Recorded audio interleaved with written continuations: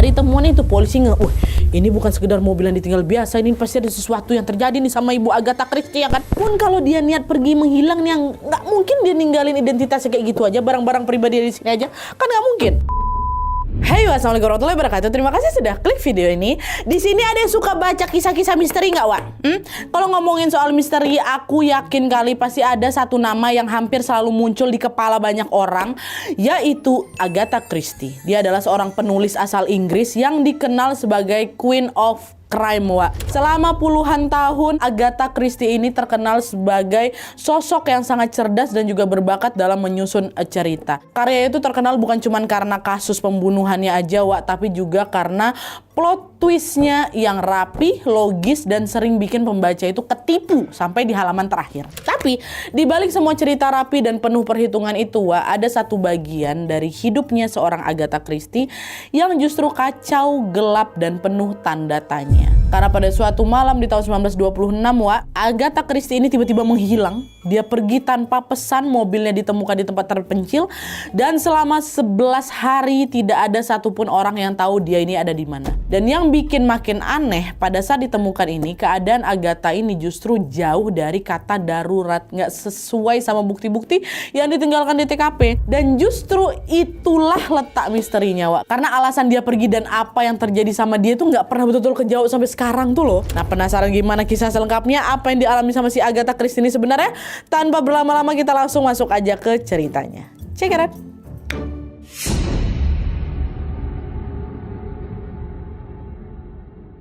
Oke, Wak, jadi Agatha Christie ini adalah seorang penulis asal Inggris yang dikenal sebagai Queen of Crime.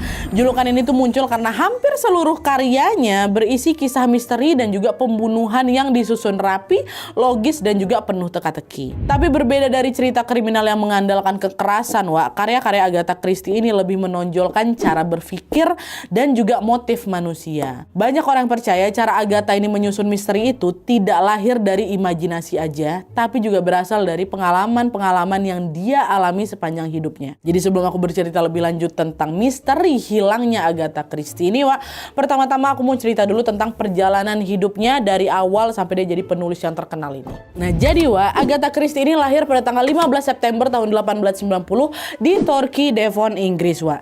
Dengan nama asli Agatha Mary Clarissa Miller. Nah, ayahnya bernama Frederick, ibunya bernama Clara. Dan Agatha ini adalah anak bungsu dari 3 bersaudara, Wak. Kakak perempuan yang namanya Margaret, abangnya namanya Louis, ya. Nah, sejak kecil Agatha ini nggak menjalani pendidikan formal seperti kebanyakan anak-anak lainnya di masa itu, Wak. Clara, ibunya itu percaya bahwa anak-anak mereka itu tidak perlu dipaksa belajar terlalu dini. Makanya waktu itu Agatha ini belajar mandiri di rumah, Wak, atau macam homeschooling gitulah. Dan sesekali diajari langsung sama mamanya atau sama si Clara. Nah, karena nggak ikut sekolah formal dan temannya terbatas, Agatha pun tumbuh jadi anak yang pendiam dan lebih suka menyendiri. Nah, lalu di tahun 1902, waktu Agatha ini berusia 12 tahun, ayahnya meninggal dunia, Wak, gegara sakit. Sejak saat itu, Agatha ini tumbuh tanpa satu figur yang selama ini jadi penopang keluarganya. Meski kehilangan itu sangat berat, hari-harinya tetap berjalan seperti biasa, tanpa ledakan emosi, tanpa perubahan besar yang kelihatan dari luar gitu. Tapi diam-diam, Agatha ini menyimpan luka kehilangan yang amat-amat sangat besar rupanya.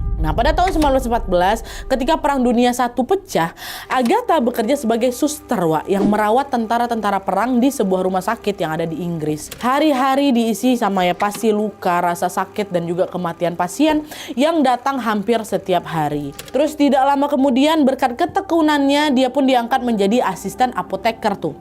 Nah, di posisi ini Agatha mulai akrab tua dengan zat-zat medis keras yang dipakai untuk pengobatan tentara perang. Di dunia medis, Wak, satu zat medis itu bisa menyembuhkan kalau dosisnya tepat, tapi juga bisa mematikan kalau salah takaran, iya kan? Nah, sebagai asisten apoteker, Agatha belajar lah itu soal dosis, soal efek samping, dan juga reaksi tubuh manusia, termasuk apa yang terjadi kalau penggunaan zat medis yang keliru. Jadi bisa dibilang Agatha ini mulai jadi akrab, Wak, sama racun dalam tanda kutip ya. Tapi di sini tuh maksudnya racun itu Agatha ini jadi paham betul garis tipis antara obat dan racun gitu kan. Jadi kan obatnya bisa menyembuhkan, bisa juga membahayakan ya kan. Nah, pengetahuan inilah yang kemudian tersimpan rapi di kepalanya dan jadi dasar kenapa kematian dalam cerita-cerita misterinya ini terasa begitu detail, realistis, dan meyakinkan. Mungkin gara-gara itu juga.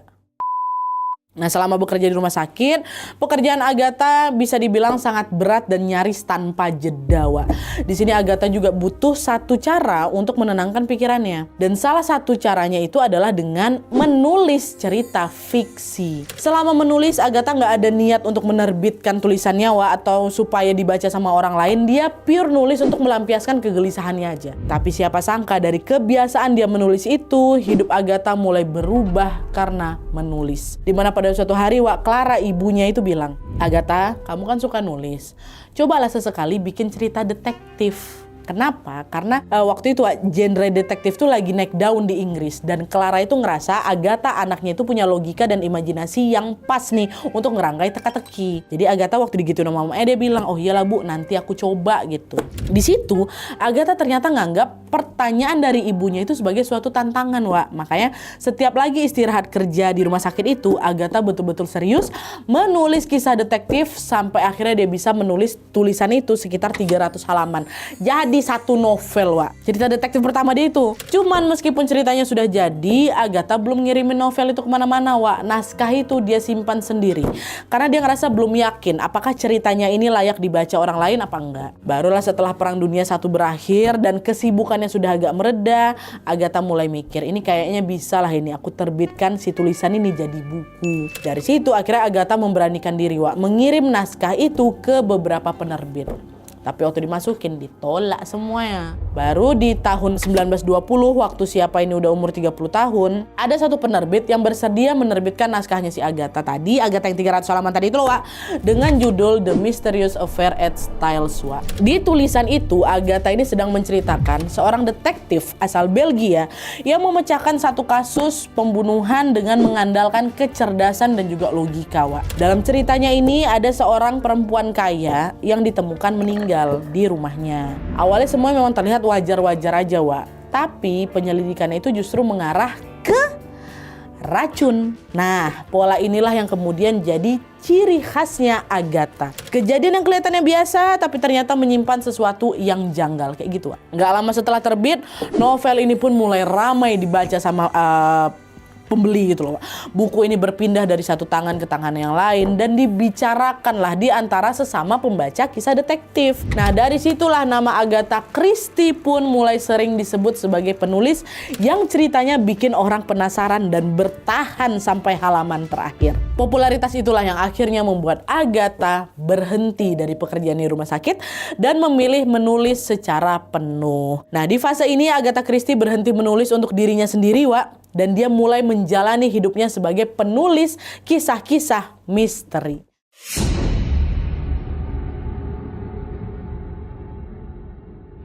Nah, di masa awal menekuni dunia menulis ini, Agatha mulai menjalani satu rutinitas yang sama, Wak. Dia selalu duduk di kursi, berpikir, lalu menuangkannya dalam bentuk tulisan. Menurut beberapa sumber yang kami baca, Agatha Christie ini bukan tipe penulis yang nunggu ide turun dari langit. Enggak, Wak. Dia itu justru dikenal sangat rapi dan juga sangat disiplin. Sebelum dia menulis satu kalimat pun, Agatha ini sudah menentukan satu hal yang penting, yaitu siapa pembunuh dalam cerita yang akan dia tulis. Selalu itu. Nah, setelah dapat nih siapa pembunuhnya, barulah itu dia menyusun cerita secara mundur. Memastikan setiap petunjuk terlihat wajar tapi nggak terlalu mencurigakan gitu. Itu dia bikin. Dan pola ini bukan pola kebetulan tapi trik yang sengaja dia ulangi berkali-kali dalam cerita-ceritanya. Produktivitasnya Agatha ini bisa dibilang nggak main-main juga, Wak. Setelah novel pertamanya tadi itu terbit, dia lanjut menulis sampai menghasilkan 2-3 buku dalam 1 tahun. Bahkan nih, Wak, ya kadang ada satu buku yang masih dijual di pasaran, Agatha udah nyiapin naskah baru lagi untuk dikirim ke penerbit lagi kayak gitu. Bagi Agatha Christie, menulis bukan soal mengumpulkan mood, tapi dia betulan menganggap menulis sebagai pekerjaan utamanya. Dari kebiasaan inilah, Wak, lahirlah satu tokoh cerita yang kemudian jadi ikon dari karya-karya Agatha Christie. Tokoh fiktif ini adalah detektif Poirot yang memang muncul pertama kali di novel pertamanya tadi itu. Nah, Poirot ini bukan muncul sekali langsung hilang gitu aja, enggak. Tapi Agatha terus memakai Poirot sebagai detektif utama di cerita-cerita berikutnya. Ceritanya memang boleh berbeda-beda, Wak, tapi cara berpikir Poirot ini tetap sama. Dia tetap tenang, rapi, teliti, dan sangat mengandalkan logikanya. Jadi setidaknya ada lebih dari 30 novelnya Agatha Christie yang di dalamnya ada karakter detektif Poirot. Ada. Dan bagi pembaca setianya, wah itu juga bukan masalah. Pembaca malah suka karena mereka sudah tahu nih cara berpikirnya si Poirot dalam bekerja gitu, sehingga mereka bisa ikut menebak-nebak sambil membaca. Dan saking besar dan melekatnya Poirot ini, wah Agatha sendiri sempat mikir, kok rasanya aku nggak bisa lepas ya dari si tokoh ini. Nah dari situlah Wak Poirot pun berubah jadi ikon yang sangat melekat hampir di seluruh fase karir menulisnya Agatha Christie. Menariknya lagi Wak, hampir semua cerita Agatha ini berangkat dari hal-hal yang kelihatannya sepele, dari cemburu, dendam kecil, konflik keluarga, rasa iri yang dipendam dan lain-lain. Menurut Agatha Christie, Wak, kejahatan paling berbahaya itu memang bukan datang dari orang jahat besar, enggak, tapi dari orang biasa yang emosinya nggak pernah selesai. Itu Agatha beranggapnya kayak gitu. Nah di antara semua buku yang pernah Agatha Christie ini tulis, Wak, ada satu yang posisinya beda. Bukan cuman laku aja, tapi novel ini, Wak, nggak masuk akal lah Risya katanya. Judulnya adalah And Then There Were None. Ceritanya itu tentang 10 orang asing yang diundang ke sebuah pulau kecil. Mereka nggak saling kenal, nggak tahu siapa yang ngundang, dan begitu sampai di sana, Wak, satu persatu mulai mati secara bergiliran. Nah lama-lama jumlah orang-orang yang tadi itu kan jadi makin sedikit tuh. Dan sampai di satu titik semua orang baru sadar kalau ternyata pembunuhnya ada di antara mereka. Dan menariknya lagi, Wak, di novel yang ini Agatha tidak pakai tokoh Poirot lagi. Enggak. Makanya alur ceritanya lebih membuat ya pasti pembaca lebih deg-degan dan sekaligus penasaran juga kan. Jadi setiap kali baca si novel ini ya mereka dipaksa masuk sampai ke halaman terakhir. Dan hasilnya apa? Wah, buku ini terjual lebih dari 100 juta kopi katanya di seluruh dunia.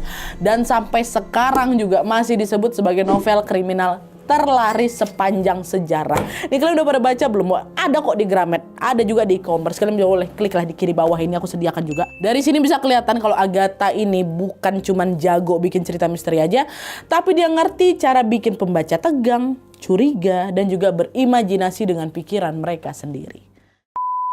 Nah di luar urusan menulis, Wak, Agatha Christie juga menjalani kehidupan pribadi seperti kebanyakan orang. Jauh sebelum namanya dikenal luas, dia sudah menikah sama seorang perwira militer Inggris namanya Archibald Christie atau Archie, Wak. Jadi makanya ada Agatha Christie ngambil dari nama lakinya. Laki dipanggil Archie ya. Nah dari pernikahan itu mereka punya seorang anak perempuan yang dikasih nama Rosalind. Nah di masa-masa awal pernikahan, Wak, hidup mereka berjalan ya biasa aja. Agathanya menulis, Archie-nya bekerja, dan dari luar juga semuanya kelihatan normal aja. Tapi semua itu tidak bertahan lama, Wak. Masuk di pertengahan tahun 1920-an, Agatha Christie mulai dilanda beberapa masalah. Saat itu Clara, mamanya, sakit. Dan perhatian Agatha pun habis untuk ngurusin si ibunya ini. Mungkin karena sibuk sama urusan itulah pula ya kan, hubungannya si Agatha sama si Archie, suaminya, pelan-pelan mulai kerasa renggang. Mereka memang gak berantem besar-besar apa kayak sampai heboh gitu, enggak, Wak. Tapi diantara mereka rasanya macam ada jarak yang gak kasat mata lah gitu. Mereka udah jarang ngobrol juga, mereka jarang berinteraksi, dan mereka seolah udah punya dunia sendiri-sendiri gitu. Nah hal ini terjadi 6 tahun lamanya sampai akhirnya ibunya Agatha meninggal dunia. Belum sempat pulih dari kehilangan ibunya, Wak, Agatha ini justru kembali mendapatkan pukulan, dapat cobaan lain. Suatu hari Agatha ini tanpa sengaja tahu kalau Archie punya hubungan asmara dengan perempuan lain, selingkuh lakinya. Bagi Agatha, fakta itu bukan sekedar dikhianati aja, Wak. Di situ Agatha mulai ngerasa hidupnya runtuh tuh seketika. Bayangin lah, Wak, kan mamanya baru aja meninggal, dan di saat yang hampir sama juga suaminya mulai berkhianat, ya kan. Nah di masa itu tentunya kondisi Agatha ini mulai nggak stabil, tidurnya udah mulai berantakan, pikirannya nggak pernah betul-betul fokus, dan rasa takut pun mulai selalu datang tanpa alasan yang jelas. Puncaknya nih, pada suatu malam di bulan Desember 1926, Agatha tiba-tiba pergi dari rumah.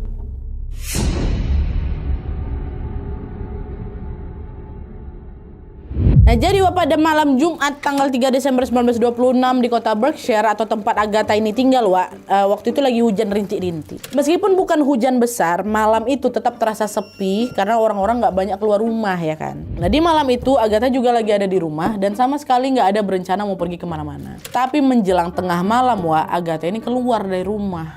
Dia keluar tanpa meninggalkan pesan, dia langsung naik ke dalam mobilnya dan langsung udah berlalu pergi nembus jalanan aja. Di kota kecil macam Berkshire ini, Wak, saat ada mobil yang keluar malam-malam itu nggak dianggap sebagai hal aneh, ya biasa aja. Para tetangga juga nganggap ya udah Agatha Christie cuma lagi pergi biasa. Nanti juga pasti bakal balik lagi. Tapi sayangnya anggapan itu salah, Wak.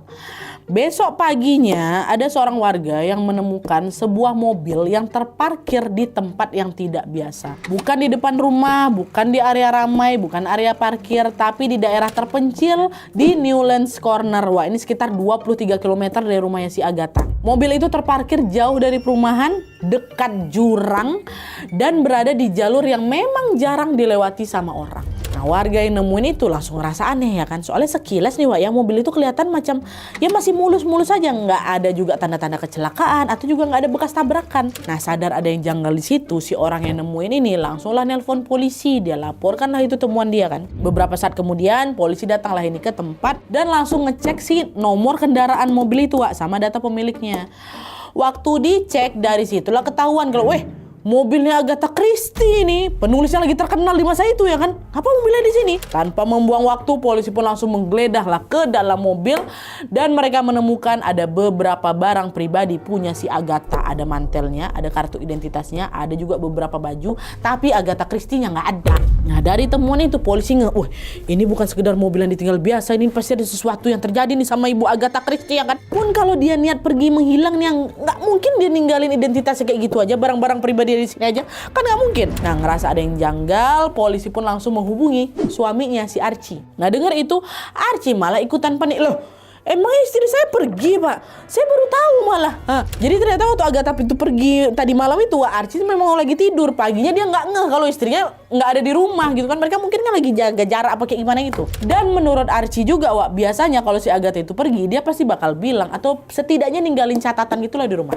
Pagi itu nggak ada. Makanya si Archie pikir Agatha masih ada di rumah. Rupanya itu telepon nggak ada istrinya. Nah, karena Archie sama sekali nggak tahu Agatha ini pergi kemana dan di rumah itu juga nggak ada pesan atau juga petunjuk apapun dari Agatha, polisi mulai curiga kalau jangan-jangan ini bukan sekedar orang pergi biasa nih. Nah, dari kondisi itulah polisi akhirnya memperlakukan kejadian ini sebagai kasus orang hilang. Dan begitu status itu ditetapkan, situasinya langsung berubah Wak. Kan secara yang menghilang ini kan bukan orang sembarangan waktu itu kan, ini seorang penulis terkenal yang namanya udah dikenal masyarakat Inggris bahkan juga dunia. Ibaratnya Agatha Christie itu di zaman itu tuh macam J.K. Rowling Wak, penulis Harry Potter, macam kayak gitulah dia.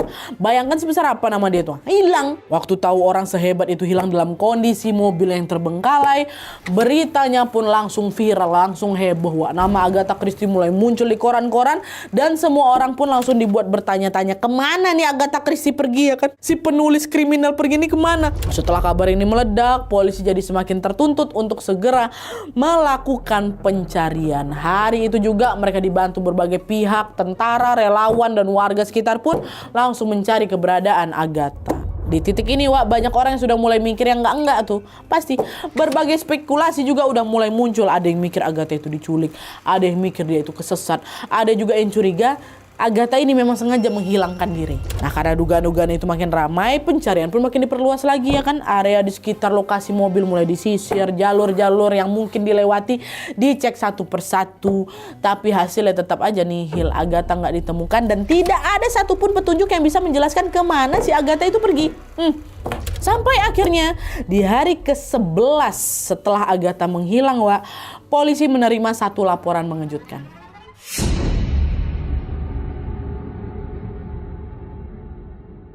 Pada tanggal 14 Desember 1926, Wak, polisi menerima telepon dari petugas hotel spa Swan Hydropathic di kota Harrogate, Inggris. Nah, di telepon itu pihak hotel ini bilang kalau, Pak, ada satu tamu tamu perempuan. Mukanya mirip kali sama Agatha Christie, Pak. Awalnya polisi nggak langsung percaya, masa sih? Soalnya kan Agatha ini udah dicari kemana-mana, kan 11 hari mereka cari nggak ketemu-temu. Terus tiba-tiba dibilang dia lagi santai nginap di hotel kan? Macam terlalu aneh ya kan. Tapi karena laporan itu datang langsung dari pihak hotel nih, bukan dari anomali atau kayak gimana, polisi tetap berangkat ke lokasi ke hotel itu untuk mengecek sendiri Wak. Dan begitu mereka sampai, ternyata betul perempuan itu memang Agatha Christie dan dia ditemukan dalam keadaan hidup. Dia sehat-sehat aja, dia lagi nginap sebagai tamu hotel biasa, Wak. Dia nggak kelihatan panik, dia nggak kelihatan sakit, dan sama sekali nggak menunjukkan tanda-tanda abis kabur atau dikejar siapapun. Nggak sama sekali, normal. Di sana juga polisi ini baru tahu kalau ternyata Agatha itu nginap di hotel itu dengan nama samaran, bukan nama Agatha Christie, tapi Nancy Neal. Nancy Neal. Dengan nama itu Agatha menjalani hari-harinya seperti tamu hotel biasa. Dia tidur, dia makan, dia olahraga. Pokoknya sama sekali nggak nunjukin tanda-tanda lagi dikejar atau lagi sembunyi, Wak, enggak. Bahkan kata pihak hotel, Agatha ini sempat loh, Wak, pergi ke salon untuk ngerapiin rambutnya. Sempat. Kabar penemuan ini otomatis langsung membuat banyak orang yang ngikutin kasus ini ikutan bingung lah kan, Wak, ya. Karena sejak awal kan Agatha Christie ini dicari sebagai orang hilang. Tapi justru dia kok malah ditemukan hidup tenang di hotel spa. Kondisinya juga sehat, rapi, sama sekali nggak juga kelihatan abis dari situasi berbahaya, enggak. Nah, di titik ini persepsi publik langsung berubah. Hilangnya Agatha Christie tidak lagi terlihat sebagai kasus darurat, tapi yang udah seperti orang yang sengaja menjauh aja, entah untuk menenangkan diri atau memang karena ada alasan lain aja, ya kan. Tapi yang membuat masyarakat makin heboh, Wak, ternyata Nancy Neal itu, nama samaran yang dipakai Agatha selama di hotel itu bukan nama sembarangan, Wak. Setelah ditelusuri lagi, Nancy ini adalah nama perempuan yang jadi selingkuhannya Archie. Nama perempuan yang lagi dekat sama suaminya. Nah, disitulah dugaan pun jadi makin liar lagi. Banyak tuh yang nganggap kalau Agatha itu sengaja memilih nama itu sebagai bentuk sindiran, bentuk pelampiasan emosi, atau sengaja ngasih pelajaran diam-diam buat istrinya, buat suaminya. Orang-orang pun berpikiran kalau Agatha sebenarnya pergi dengan sadar, lalu membiarkan semuanya berkembang. Jadi ya macam skenario itu, mobil ditemukan, Archie panik, polisi turun tangan, publik heboh, dan akhirnya Agatha muncul kembali dalam keadaan baik-baik saja. Seolah-olah Agatha tuh pengen Archie itu macam panik, takut, dan merasakan tekanan yang selama ini dia pendam sendiri. Dan untuk memastikan semua dugaan itu, Wak, pasti langsung ditanyain lah si Agathanya ini kan sama polisi, kayak kemana dia pergi, apa alasan dia pergi, dan kenapa dia memakai nama samaran Nancy Neal itu. Ditanya sama polisi. Tapi sayangnya semua pertanyaan itu nggak betul-betul terjawab, Wak. Saat itu Agatha cuma bilang, saya nggak tahu, Pak. Saya nggak ingat kenapa saya pergi dari rumah. Itu katanya. Yang Agatha ingat, dia memang naik mobil ninggalin rumahnya. Terus dia udah gak ingat apa-apa lagi. Nah, asumsinya pada saat itu, Wak, bisa dibilang Agatha ini macam kena amnesia atau hilang ingatan tuh loh. Dan karena itu juga Agatha ini gak pernah ngasih alasan pasti, Wak, kenapa dia memilih nama Nancy Neal dalam penyamarannya, nama selingkuhan suaminya itu. Nah, setelah si Agatha ini dianggap mengalami amnesia, orang-orang ya pasti gak langsung percaya gitu aja lah, Wak. Soalnya kan di satu sisi Agatha ini ngaku dia gak ingat apa-apa. Tapi kok ya di sisi lain selama 11 hari itu dia bisa bepergian, dia daftar hotel, dia pakai nama samaran, dan hidup rapi seperti orang biasa. Nama yang dipakai nama selingkuhan istrinya, suaminya lagi. Dari situ muncul satu pertanyaan besar. Kalau ingatannya hilang, sejauh mana hilangnya? Media terus, Wak, mengaitkan kejadian ini dengan rumah tangganya, termasuk juga itulah pasti perselingkuhannya si Archie, ya kan. Tapi di sini Agatha memilih diam, Wak. Dia nggak ngebantah, tapi juga nggak pernah memberikan penjelasan apapun gitu. Nggak lama dari situ, nggak lama setelah dari kejadian ini, Wak, Agatha memutuskan untuk menarik diri dari sorotan kamera. Dia kembali lagi menulis dan selalu menjauh dari pembahasan terkait masa hilangnya kemarin. Seiring berjalannya waktu, hubungan Agatha Christie dengan Archie justru juga jadi makin renggang, Wak. Puncaknya di tahun 1928, 2 tahun setelah kejadian Agatha itu menghilang, mereka pun baru memutuskan untuk bercerai. Dan setelah cerai, Archie langsung nikah, Wak, sama Nancy Neal tuh. Nikah mereka sama selingkuhannya. Sementara Agatha tetap menarik diri dari sorotan publik dan kembali fokus menulis novel-novel barunya, Wak. Di masa ini Agatha betul-betul tertutup sekali. Dia menjaga nama dan juga reputasinya dari wartawan karena nggak mau hidupnya jadi konsumsi media kayak dulu lagi. Di sini wartawan masih banyak yang ngejar-ngejar Agatha, Wak, soal itu, untuk klarifikasi soal peristiwa hilangnya itu. Tapi lagi-lagi Agatha kekeh memilih untuk diam dan dia nggak mau memberikan klarifikasi sedikit pun. Terus di tahun 1930, Agatha dikabarkan menikah lagi dengan seorang arkeolog bernama Max Mallowan. Pernikahan ini membawa perubahan besar katanya, Wak, dalam hidupnya Agatha Christie, di mana sejak dia menikah dengan Max, Agatha sering sekali ikut Max ke berbagai ekspedisi arkeolog gitu, Wak, terutama ke wilayah Timur Tengah. Nah, di sela-sela perjalanan itu Agatha tetap menulis, dan justru di masa inilah banyak karya pentingnya si Agatha Christie ini lahir, Wak, kayak Murder on the Orient Express, ada Death on Nile, ada Appointment with Death. Nah, dari situ juga latar belakang di ketiga novel ini juga diambil dari pengalaman Agatha ikut Max meneliti di Timur Tengah tadi. Dan di sepanjang hidupnya Agatha Christie, Wak, setidaknya dia sudah menulis 66 novel detektif, lebih dari 150 cerita pendek, 14 kumpulan cerpen, dan sekitar 20 naskah drama. Dan salah satu karyanya yang tadi, And Then There Were None tadi, Wak, yang sudah terjual lebih dari 100 juta kopi itu tercatat sebagai novel kriminal terlaris sepanjang masa. Baca deh. Tapi lagi-lagi, di balik semua pencapaian itu, satu hal tetap menggantung di sini. Peristiwa Agatha menghilang di tahun 1926 tetap tidak pernah betul-betul bisa dia jelaskan. Bahkan ketika Agatha Christie menulis buku autobiografi terkait perjalanan hidupnya, Wak, part Agatha menghilang ini masih tetap dia lewati tanpa penjelasan apa-apa. Gak ada kronologi rinci, tidak ada pembelaan, dan tidak ada juga jawaban pasti. Jadi seolah-olah Agatha Christie ini sengaja menyimpan bagian itu untuk dirinya sendiri. Dan mungkin memang hal itulah yang Agatha inginkan. Cukup misteri dalam karyanya saja yang bisa dipecahkan, tapi untuk satu misteri dalam hidupnya sendiri, biarlah cuma dia yang tahu kebenarannya. Oke, Wak, jadi itu tadi kisah tentang hilangnya 11 hari penulis misteri terkenal Agatha Christie. Kalau dipikir-pikir nih, Wak, ya, dibalik nama sebesar Agatha Christie, ternyata ada juga ya fase yang rapuh, fase sepi dan penuh tekanan. Itu pasti ada, mungkin semua orang juga pasti. Di satu waktu dia kehilangan ibunya, di waktu yang bersamaan juga rumah tangganya runtuh, lakinya selingkuh. Di tengah semua itu juga dia tetap dituntut jadi Agatha Christie, penulis hebat, public figure yang harus kelihatan kuat gitu. Dan yang bikin peristiwa ini terasa makin sunyi lagi, Agatha memilih tidak pernah menjelaskan kisah yang terjadi kemarin itu sampai akhir hidupnya. Seolah-olah ada luka yang terlalu pribadi gitu untuk dijadikan cerita. Tapi justru disitulah kita bisa belajar bahwa orang sepintar, seterkenal, dan sekuat apapun, Wak, tetap manusia biasa. Dia tetap bisa lelah, dia tetap butuh berhenti, dan tetap butuh ruang untuk diam tanpa harus menjelaskan apa-apa. Gitu. Menurut kalian gimana, Wak? Apakah Agatha Christie betul-betul kehilangan ingatannya? Atau justru di momen itu dia sedang berusaha menyelamatkan dirinya sendiri?